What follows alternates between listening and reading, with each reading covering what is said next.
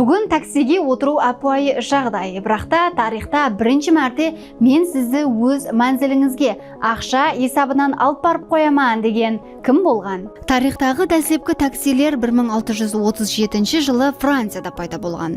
Олар фиакр, емаса фиакр деп аталған.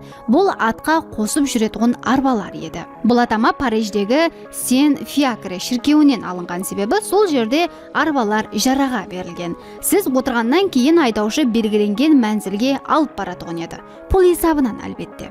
Кейін бұл ұсыл Англия һәм ақш-ға да жетіп барды. Бірақ бір машқала пайда болады. Адамлар жауында көшеде күтіп тұрады. Арба болса, бос па, толы ма біліп болмас еді.